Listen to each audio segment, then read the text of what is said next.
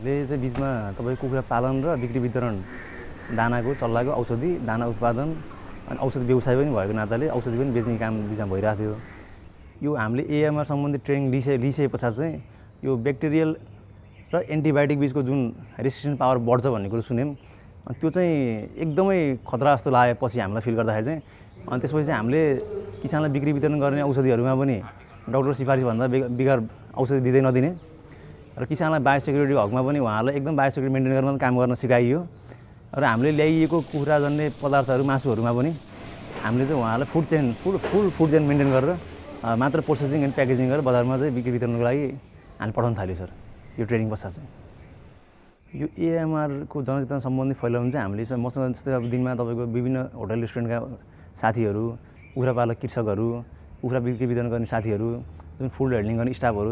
म जोसँग पनि भेट्छु उहाँहरूलाई चाहिँ फुड सेफ्टी सम्बन्धी चाहिँ यो तपाईँहरूको जस्तै फार्ममा गएपछि के हुन्छ, फार्ममा चाहिँ विभिन्न रोगहरू त्यहाँ त थलो हो, त्यो थलोलाई चाहिँ उहाँहरूलाई थलोलाई कन्ट्रोल गर्नको लागि हामीले चाहिँ उहाँहरूलाई विभिन्न समय बायोसेक्युरिटी कुराहरू गर्ने, त्यहाँ टाइम स्प्रे गर्न लाउने, त्यहाँ प्रयोग भएका पानीहरू आरओयू टेक्नोलोजीको पानी सकर प्रयोग गर्न लाउने, त्यहाँ जोबाई त्यसलाई छिर्न नदिने, बाहिर पशुजन्य पदार्थहरू